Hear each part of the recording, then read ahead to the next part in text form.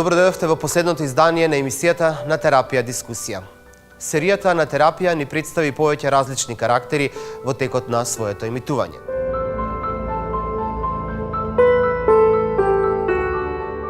Анестезиологот Милена и незините љубовни маки. Како и да е, кога го видов твојот број, си мислев дека сакаш да се најдеме некаде, да разговараме. Никоја ми рече дека имаш да ми кажеш, нешто срце ми се стигна. И си мислев, тоа е тоа. Готово е. Професионалниот војник Владо и проблемот со војничкиот начин на кој тој е одгледан и навикнат. Размислува како непријателот. Пробувам да разберам зашто и ти толку многу ми се плашиш. Што значи тоа и ти на кој друг мислиш? А ти и остатокот од светот. Младата пливачка Ивана, која дисфункционалноста во семејството и другите проблеми ќе ја натераат да посегне по својот живот. Никогаш не сум престанал да те сакам. Никогаш. Каква врска има тоа која не беше овде? Не ја одбра. Не планирав така да биде. Сега да можам да го вратам времето. Не можеш. Знам, ама да можам. Не можеш. Не можеш ништо да направиш од ново. Не можеш да кажеш жал ми е да ги поправиш грешките. Не можеш да натераш некој да ти верува која не ти верува. Не можеш одново да го споиш семејството, не иде тоа така. Зана и Гент, кои се брачна двојка со проблеми кои се соочуваат секојдневно, како презафатеноста со работата на Зана или воспитувањето на нивниот син. Доаѓам овдека толку долго. Нема што све не ти изнакажавме, мора да имаш некаков став, некакво мислење. Се што можам да ви кажам дека сте вие фасцинантно уникатен пар. Знам парови кои трошат многу помалку енергија на водење љубов отколку вие што трошите на еден обичен секојдневен разговор. А тоа нешто е ретка роба. Мада се разбира дека само страста не е доволно да ја одржи врската. И на крајот, доктор Терзиев, кој кај својот ментор Вера се обидува да го зачува својот брак со Ана, откако разбира за незиното неверство. Си легнал некој? Молам? Тоа ли сакаш да ми кажеш? Дека си спиел со некоја твоја пациентка? Чекај сега, нели ме праша дали сум осетил како е кога некој ме посакува. Еве, јас ти кажам да сум осетил, значи имам пациенти кои ми дале до знаење дека имаат некакви чувства за мене, со таа разлика што не одам ја одма урим да легнам со нив. Тоа е разликата. Не е тоа ништо необично. На терапија е формат работен во неколку држави во светот, како и во поблискиот регион. Продукцијата Кино Око е првата која во Македонија снима телевизиска серија работена според телевизиски формат.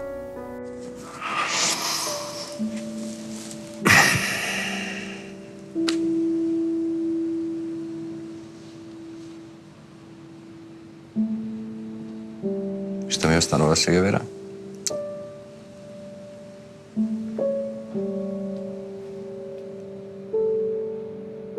Мора да зборуваме за тоа?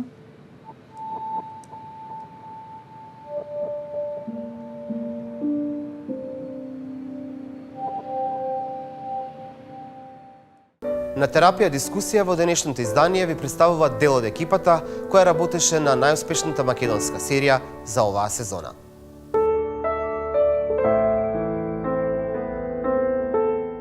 Како што веќе најавив, имаме дел од екипата од серијата На терапија.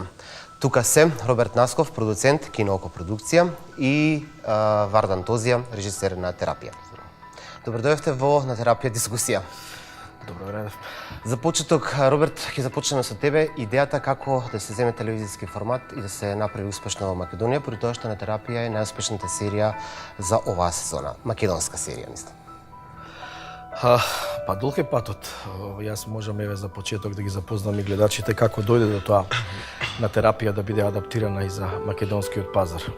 Пред неколку години јас ја представував Македонија на Канскиот фестивал во програмата Продуценти во Подем и таму се видов после неколку години со мојот колега од Словенија Алеш Павлин и во разговор за тоа кои проекти ги работиме во моментов. Тој ми спомна за терапија. Ми кажа за форматот, бидејќи тој 2 години успешно ја продуцираше оваа серија во Словенија.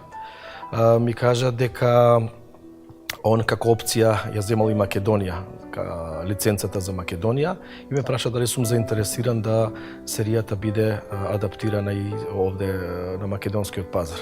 Мене самиот проект ми се виде многу интересен, не само како драмска структура, меѓутоа ми се види многу важен како серија која ќе даде една општествена корист за нашата држава. За да таа конечно стигне и на малите екрани, во конкретно во случајов на телевизија Сител, помина многу години, јас прво серијата ја понудив на македонската телевизија, кај што реално мислев дека треба да се прикажува. Меѓутоа таму бев одбиен, потоа имав и еден исто така неуспешен обид во агенцијата за филм. На крајот серијата беше понудена на USAID, поточно на македонската иницијатива за соработка, каде што најдов на позитивен однос кон серијата и кон тоа што со серијата може да се постигне. Од купувањето на лиценцата до самото емитување помина скоро година дена. Работевме заеднички чекор по чекор на разработка на сценаријата, на деталите, и еве стигнавме до тоа македонската адаптација на терапија да биде успешна, до тоа ниво да што гледачите сега во овој момент прашуваат кога ќе има втора сезона. Тоа е одлично. Вардан, како течеше процесот на снимање, дека го работевте тоа, значи со какви проблеми се соочувавте поради тоа што станува збор прв пат франшиза, телевизиски формат да се работи во Македонија? Добро, со самото тоа што станува збор за франшиза која што се покажала како доста успешна низ повеќе земји на светот, секако дека има терет. Теретот е тоа што обременува е дека треба да се испорача некаков квалитет, не може тоа да биде испод тој квалитет. Се разбира дека малце потешко одат работите тука кај нас, така беше и со оваа серија, иако имавме високо професионална екипа што стварно изгина за да дојдеме до овој производ, што изгледа навидом лесен дека се работи во неколку простори, меѓутоа тука лежи и самиот предизвик. Соочени бевме нормално со едно доста редуцирано време на снимање. Требаше да испорачаме една епизода монтиран материјал на ден, а тоа е чисто како да поедноставам некако за гледач. Тоа е као да се спрема представа, дуодрама, и секој ден да се игра нова дуодрама. Тоа се 1400 страници текст кои што ние ги снимивме во 40 на 50 на денови. Значи тоа пред се беше најголем проблем и најголем предизвик за мене и за главниот актер, мислам нормално и за продукција, али Никола Ристановски, теретот што го понесе со остварување на својата улога во оваа серија беше стварно исклучителен и стварно он се износи со тоа одлично. Еден од главните предизвици беше, бидејќи во оваа серија не може да се прибегнува се како режисер, ние режисери знаеме кои се тие елементи со кои што можеш да ја залажеш публиката, да ја го дефокусираш вниманието, да излезеш малце од ситуација, од околност. Меѓутоа, оваа серија не дава таква можност. Ние сме тука и сега се води диалог, нема паузи, нема бегање надвор, нема паралелни действија, нема некаква акција, него е таа присутност. И предизвикот беше, тоа беше и нашата дилема која зборевме, како тој формат ќе исфункционира, нормално дека малце бевме уплашени. А предизвикот беше тоа да го направиме да изгледа, да држи внимание на гледач, иако се работи за диалошки сцени во еден простор. Така. Да, всушност Никола беше првиот кој беше ангажиран, кога јас почнав со намера да реализирам оваа серија, го прашав Никола дали е свесен кога ја прифати улогата во што влегува. Тој верувам дека и тогаш не беше доволно свесен во што се впушта, меѓутоа и за него беше голем предизвик, бидејќи навистина големи имиња играле улогата на психотерапевтот. Потоа со Вардан кога го правев ми самиот план на снимање, на што он сега го говори дека ние бевме всушност приморани ради финансиите и ради термин и самиот план на снимање да снимаме всушност 47 дена работни за да снимаме 45 епизоди. Да, навистина морам да кажам дека на почетокот бевме, се разбира, со мала доза на предпазливост дали можеме тоа да успееме, меѓутоа имавме навистина прекрасна екипа, високо професионална која што ги прифати условите И Вардан кој што го избутка теретот од почетокот, бидејќи ние бевме првите што се качивме на бродот на терапија и навистина многу верувавме во проектот и мислам дека е тоа најважно. Знаевме дека ќе биде успешен и знаевме дека може да дојдеме до публиката која што е навикната да гледа сосема други содржини. Роберт, колку имавте насоки кои што мора да се запазат, особено пред тоа што стана збор за франшиза и тие подоцна да се адаптираат за македонска публика? Кој е нешто што, да речеме, франшизата не дозволува да се отстапи од некоја содржина? Па во овој случај вие всушност откупувате 45 сценарија за 45 епизоди кои имате можност да ги адаптирате. Серијата е адаптирана во повеќе од 20 на држави и секоја на различен начин. Се разбира, зависи од спецификата на државата во која се адаптира. Тие се грижат за тоа да драматургијата на самата серија, односно како би рекол, самиот концепт да не биде растурен, односно да не се претвори во некоја Монти Пајтон комедија. Се разбира, на нив мора да им објасните зошто некој лик е појма немам кај нас пливачка, во некоја друга држава е гимнастичарка и така натаму и така натаму. Се разбира дека тие промени се прават во зависност од тоа кој спорт е популарен во таа држава и така натаму и така натаму. Ние се трудевме да адаптацијата направиме така да биде приемлива за македонскиот гледач. Да кога ќе гледа и кога ќе ги слуша диалозите и репликите, тоа го примети дека е тоа неговото секојдневие. Немавме проблеми околу франшизата, сите наши измени во наводници беа прифатени, така да и она што македонскиот гледач сега го гледа како крајно, тоа е поминато низ неколку филтри. Така, очигледно многу успешно поради гледаноста и тоа што го привлече на терапија, особено на социјалните мрежи и разговорите после секоја епизода. Вардан, серијата има импресивна актерска екипа, но има и почетници кои, например, за прв пат македонската публика ги запознава. Како поминавте со кастингот? За која улога ќе биде на терапија? Па добро, за време на кастингот, мислам, секогаш сум ставал посебен акцент на кастингот и на работата со актерите во се што работам, зашто мислам дека тоа е фундаментот на добар квалитетен производ и тоа е нешто основно што може да ја придобие довербата на гледач.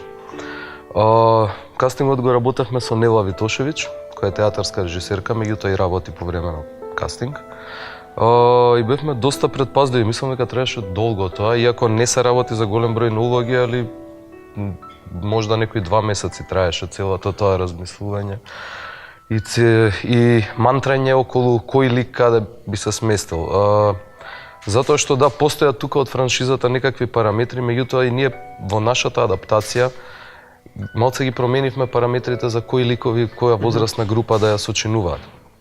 И откако собравме одредена група на луѓе, на актери кои што беа доволно професионални изработат, стварно одлично течеше кастингот и ни идовме на многу квалитетни изведби, многу квалитетна игра во текот на кастингот и на некои моменти дури беше онаква претерано голема дилема и несигурност и после изборот дали бил вистинскиот, затоа што стварно имавме да бираме. Македонија поседува квалитетни глумци, само што треба секако нешто што кај нас може да и често се заборава, треба да им се обрати внимание во текот на снимањето и во текот на подготовките, треба да се работи и мислам дека ќе дојде до резултат.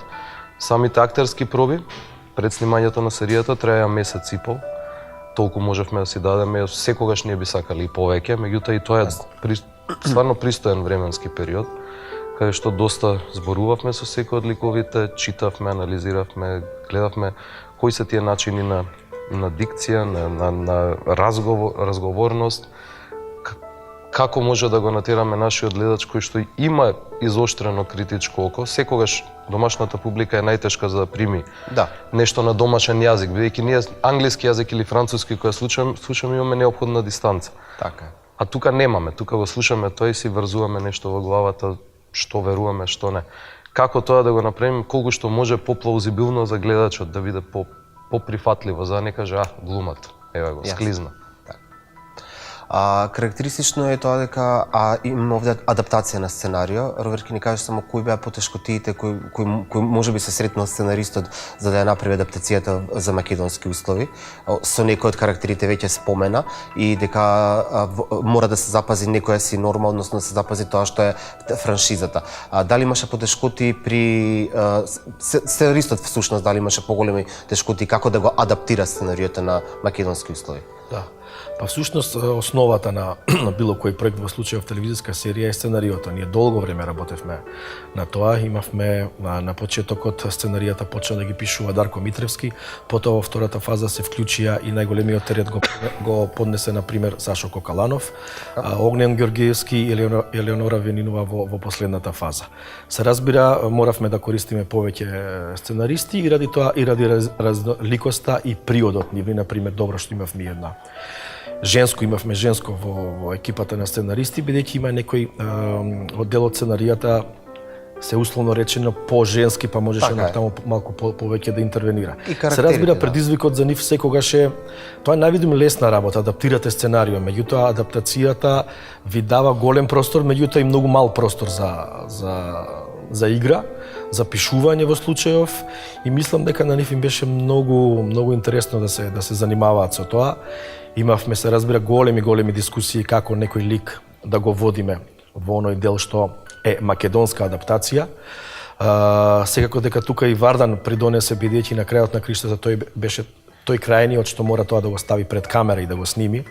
Заедно со Никола, актерската екипа беше многу професионална и бара, она што Вардан кажува, секојаш недостасуваат проби, сака уште повеќе да пробуваат, бидејќи навистина тоа е клучот на оваа серија. Актерите се тие што се во преден план. И мене ми е навистина драго што во кастот имаме искусни, како што е, например, Никола Рестановски, кој што моментално е еден од актуелните не само во Македонија, него и во регионот и пошироко. Потоа имавме Бедија, која што е малку повозрастна, со еден друг сензибилитет, меѓутоа имавме и Јелена Јованова, која што е моментално игра и во филмски проекти низ Европа.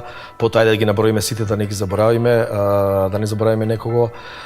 Тони Наумовски, кој што само за оваа улога дојде од Њујорк, неверојатен професионалец, кој играл и во други македонски филмови, меѓутоа верувам дека публиката ќе го запамти по оваа улога. Потоа ги имавме Висар Вишка и Драгана Костадиновска како парот. И она што сакав да ја спомнам, кој што е прв пат пред камера и мислам дека сите ги воодушевија, тоа е Ангела Димитрова или Димитровска, нека ми прости. Димитровска и Америс Нокшичи, која што ја играше сопругата на доктор Терзиев. Има и други глумци кои што се во споредните улоги, меѓутоа ова е кастот кој што е основата на серијата.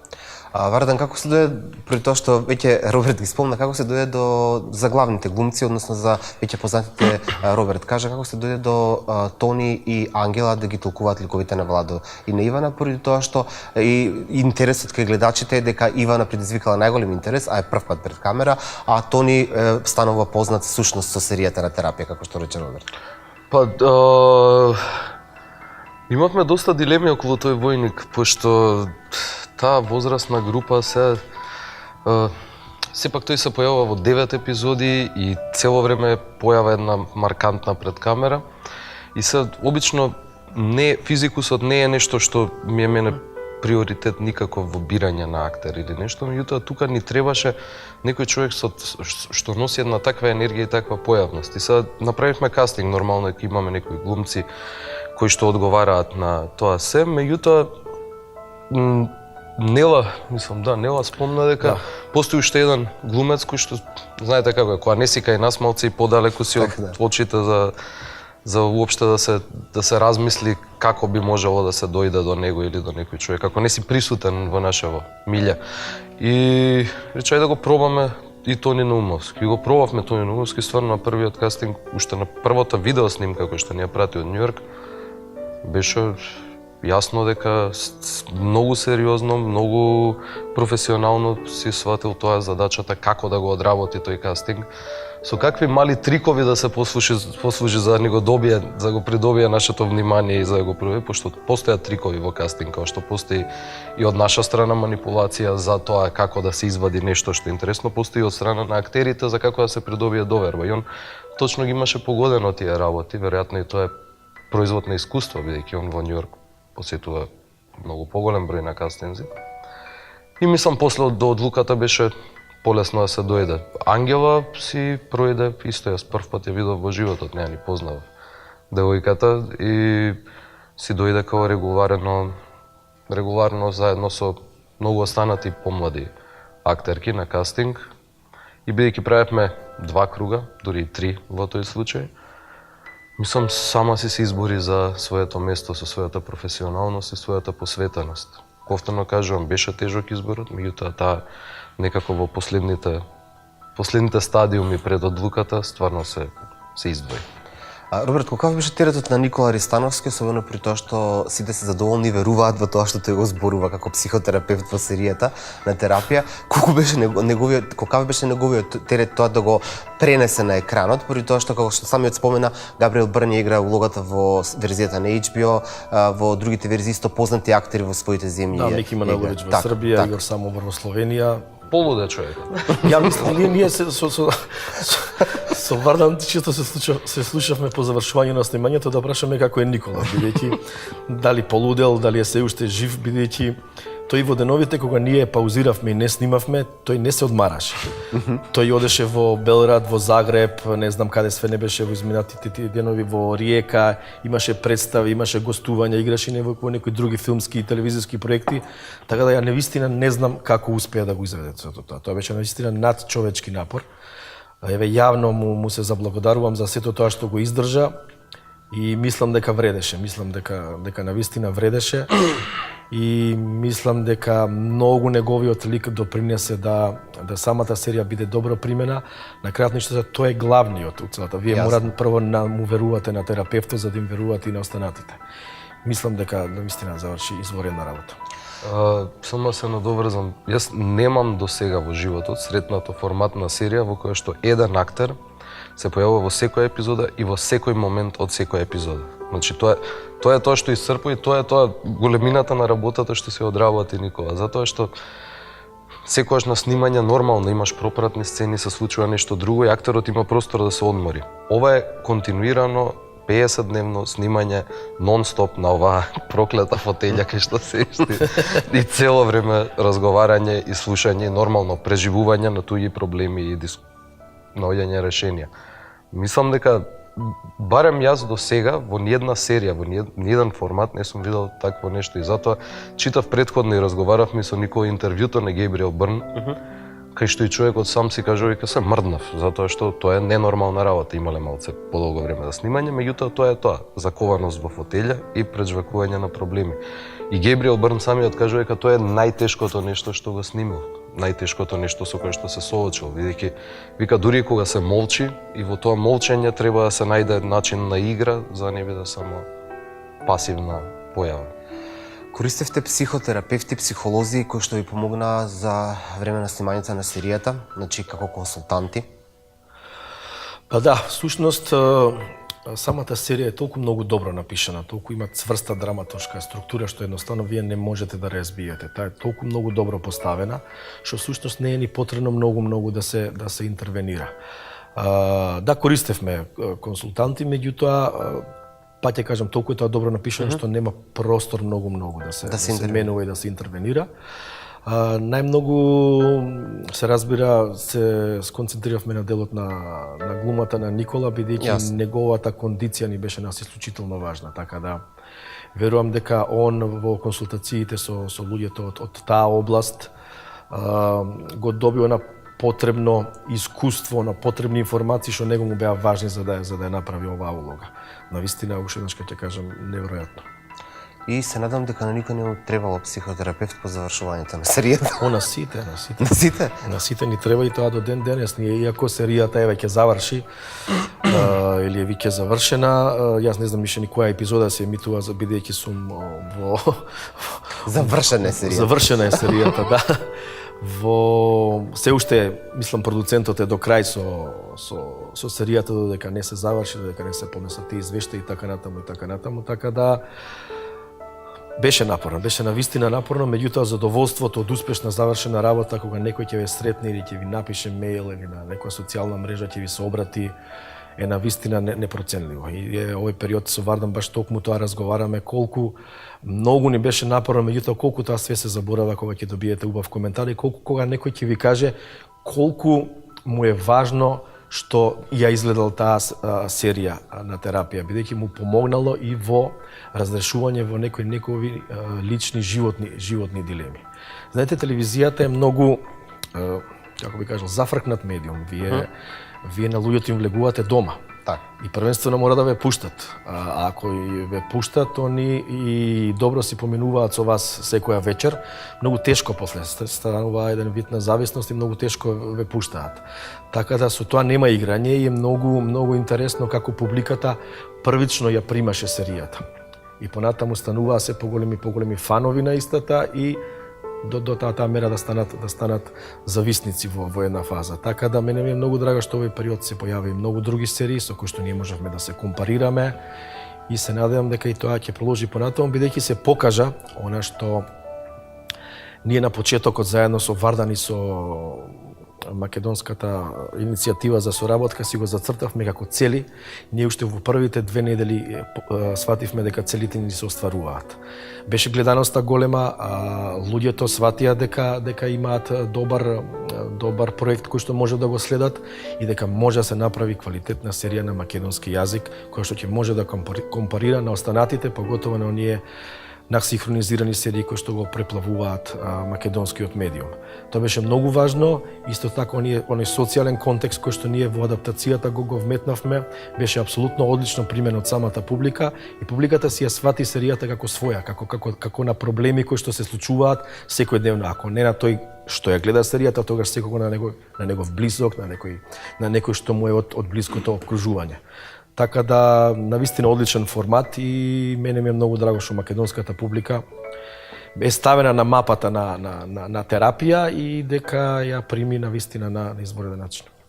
Одлично, во претходната емисија психотерапевтите ми рекоа дека им се покачил бројот на клиентите кои што секојдневно им се јавуваат. Тоа значи дека ние ќе треба се фактура да им испратиме да нив, да. Најверојатно. Они рекоа без пари, они рекоа фактура да испрачат, така да. Да.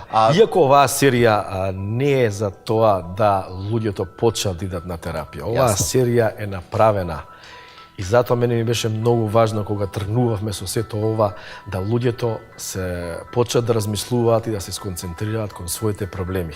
Да почнат да разговараат за проблемите, да не се занимаваат со политика и сето она што нас не малтретира секојдневно. Или да ги решават туѓите проблеми. Или да ги решават уште пострашно туѓите проблеми. Тоа е целта на самата серија и целта е постигната и за тоа навистина на мене и на целата екипа, бидејќи се среќаваме и си разговараме за самиот успех на серијата, ние навистина многу важно. Вредеше сето тоа. На крајот имаше нешто да докажеш? На крајот прашање, предизвик следен за вас како режисер, како продуцент, што би било тоа на што би сакале да работите како следен проект? Као следен телевизиски или филмски или се едно? Се едно. Видете се, тоа е, ние пред се почнавме и тераме, добро, Роберт е и постар од мене, али тераме со нашата опредалба за филмови, за нијанс. За снимање филмови, меѓутоа ова е се еден нов тип на дрога кој што се појавува кај нас, тоа е телевизиската играна продукција.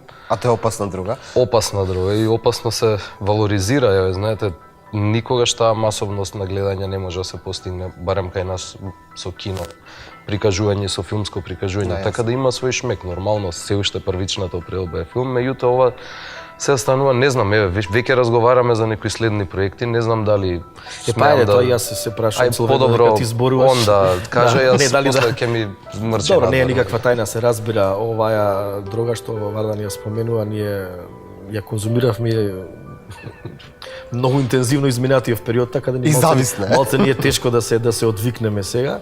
И така да заеднички спремаме една детска серија која што исто така ќе ни треба малку време да самиот концепт го формираме, меѓутоа мислам дека сме на добар пат да направиме една успешна детска серија, бидејќи тоа е нешто што навистина недостасува.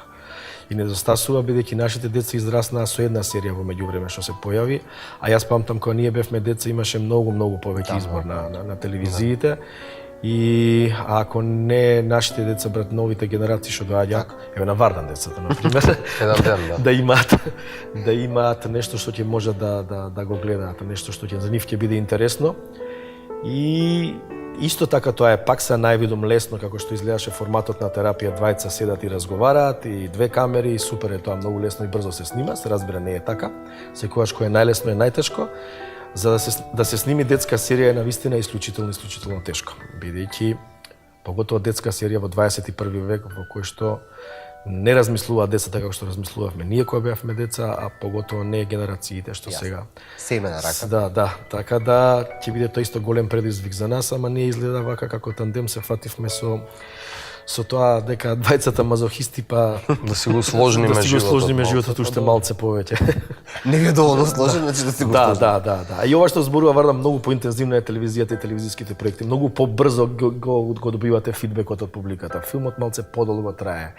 3 години, развој на сценарио, копродуценти, снимање, постпродукција и така натаму. Меѓутоа, првичната наша дрога е филмот, така да од тоа нема да се откажеме. Јас се надам дека во наредните 2-3 години ќе можеме паралелно да работиме на двата медиума. Благодарам што бевте учесници во емисијата на Терапија дискусија, која што воедно е последна и затоа завршуваме со вас како дел од екипата која што ја снимаше серијата на Терапија. Благодарам уште еднаш. Фала на покана. Фала и на вас. Тоа беа Роберт Насков, продуцент, и Вардан Тозија, режисер на серијата на Терапија.